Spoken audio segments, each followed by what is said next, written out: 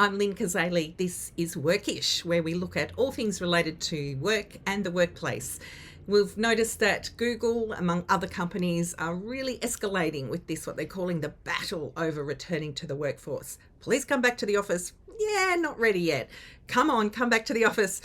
Yeah, no. And so many organisations that originally said, hey, you can work remotely for as long as you like, are starting to wind back that.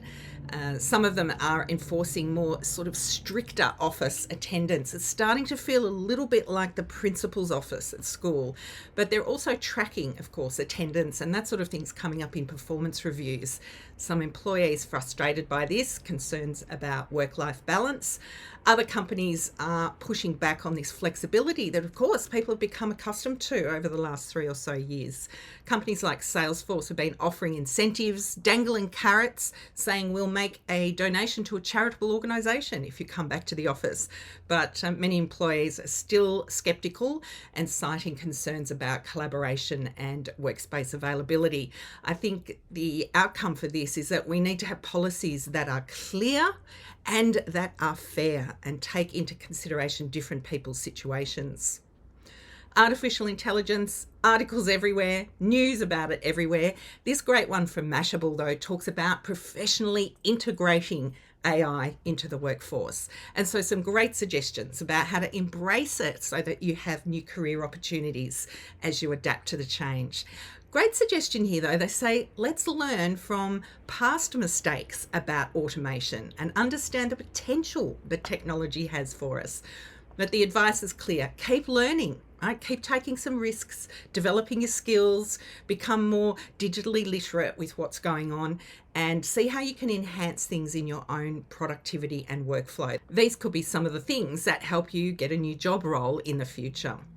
In Fortune magazine, this article about how a company replaced all its managers with coaches and employees became more productive, and I like this, they became happier. This came about because of draining engagement levels. They just continue to drop over the years, don't they? Only a third of workers feel engaged at work these days.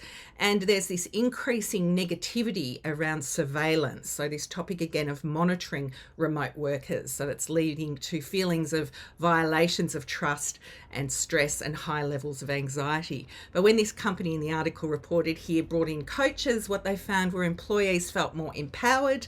Yes, they were more productive, but importantly, engagement went up as well as their performance. So I think most coaches listening to this and reading this article would know. They would say, of course, this is some of the great benefit of having coaching in the workplace. Psychological safety, not new, but what about this article from Psychology Today is saying that this neuropsychological safety is going beyond. It's involving trust and change at the neurological level. So leaders have to be aware of creating safe environments, not just that superficial cliched thing, but really modelling the behaviour. And that means changes of heart, changes of mindset, and changes of behaviour from leaders. And we're seeing organisations now adopting more development that helps leaders get to this level.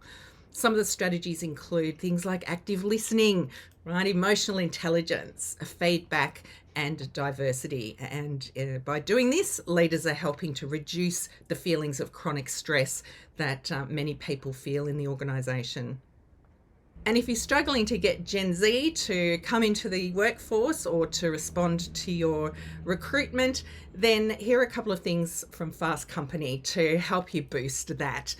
They value workplace well-being and they want it to be aligned with their values. But there are some things that could be threatening, such as high stress, burnout. These sorts of things could threaten the well-being of younger employees. So we've got to look at supportive cultures, effective wellbeing strategies, and many companies are reassessing their employee value proposition. I was working with an organisation just recently where they've said, hang on a minute, let's just see how are we presenting the organisation as an employer, and are we having the right sorts of things visible and part of the everyday organisation and culture that we have here. And I'll finish up today with a little plug that I'm coming to New Zealand in August and running 4 half-day workshops on topics like visual sense making and advanced facilitation techniques, not basic, advanced, as well as a session on change tools, so how we can communicate and engage better during change and transformation. And I'll be running a masterclass on speaking. I hope to see you there if you're a New Zealander. I'm Lynne Cazaly. This is Workish.